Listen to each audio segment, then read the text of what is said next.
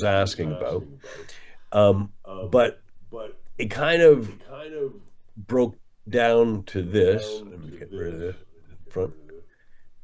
So she was trying to understand markers, and so she's on this um, voyage of trying to find all the different types of things called markers. Now, I'm going to talk about this term.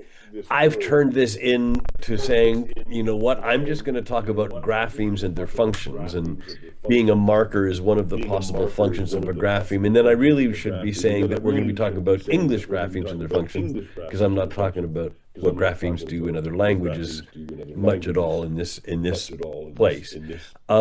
So what I thought I'd be kind of fun to start with, though, is just to ask you guys before I say anything, if you guys brainstorm with us, what are some things that the English grapheme does, would you say?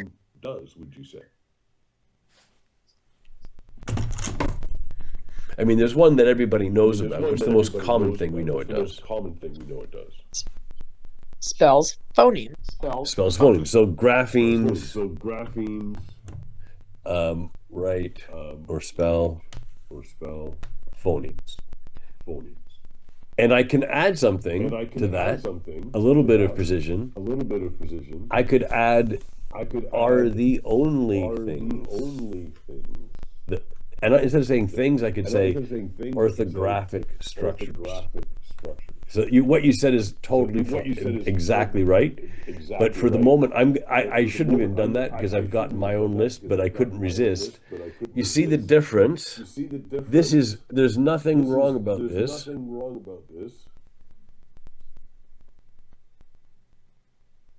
Like, that is absolutely a true statement, but I'm just adding a little bit of precision by emphasizing, maybe it's obvious, but nothing else does this, right? And then we can say orthographic structures, which is a term I want to get into. So just so you need to see why I revised that perfectly fine brainstorm. Is there something else that graphemes do? Was that it?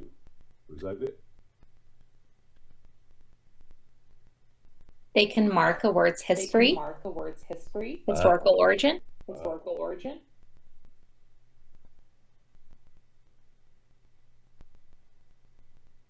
Absolutely.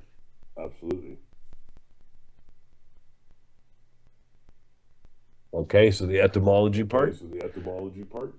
What's anything else? It can tell you how to pronounce another letter. So like the silent E can tell you about the long vowel, or how to say the C or the G. Perfect. Nice. Rebecca, you had something? I think it's pretty similar to Candace. I was going to say it marks how we're pronouncing a different grapheme. Okay, yeah. So that fits in there too. Okay, this is all good, and much more than people would normally say. What about connects it to other words? Yeah. With a similar meaning, like tail and talk? So we can have that. So that would be underneath this one. Is a way of Okay, thinking. yeah, that makes sense. But it's an important addition. So like this is what I'm going to do. I was going to look for examples. So one thing you said is it can mark a connection between. What kind of a connection?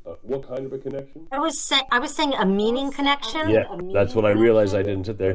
Between related words. And what would be an example? I think of the L in would and could and should. And would, of course, you know, I shouldn't say of course, but I think you must know is related to will. Right. And should is related to Al. And then the funny, tricky one is could. Good old could, yeah. Because it's not that it links to can, but that L is there as marking a connection to would and could, these subjective forms of these words. So that's a spelling meaning correspondence. Okay. Is there another way that anything we could say something else there? Anything else anybody wants to add? I like the word signaling, maybe for mark the pronunciation, how it signals. I don't know, I find that to be a helpful term to use with explaining it.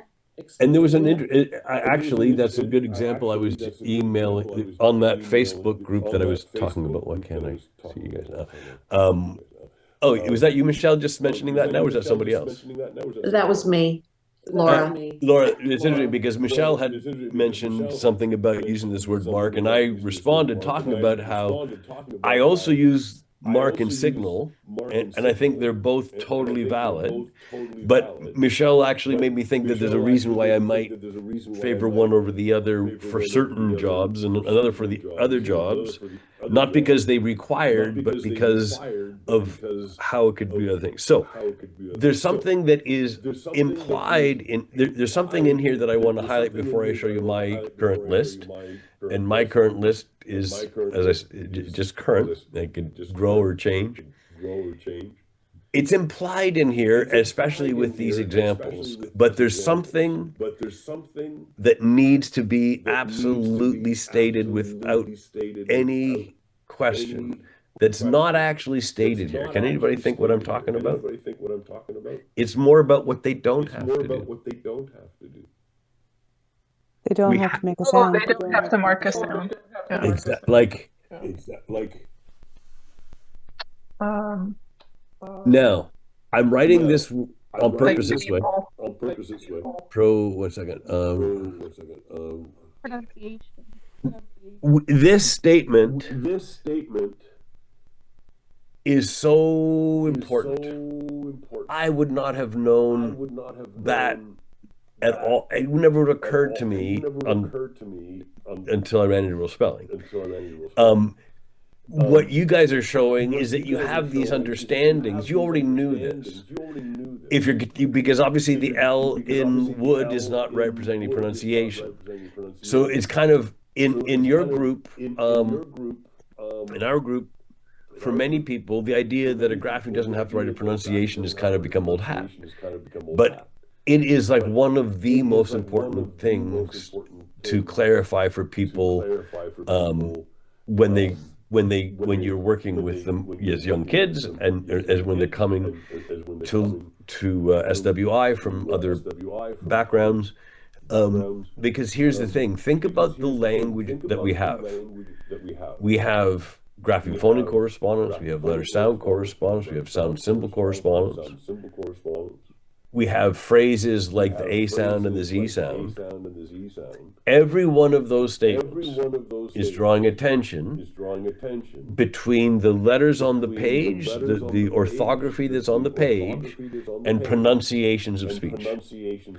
And it gives no space for the possibility that they might not write any aspect of speech. But it turns out, I'm going to say, this is where I keep arguing. There's certain kind of pivot points, I would argue, that are where we've gone astray. And this is one of them.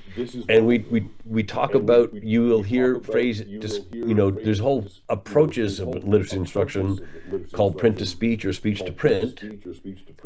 But whether you are into speech to print or print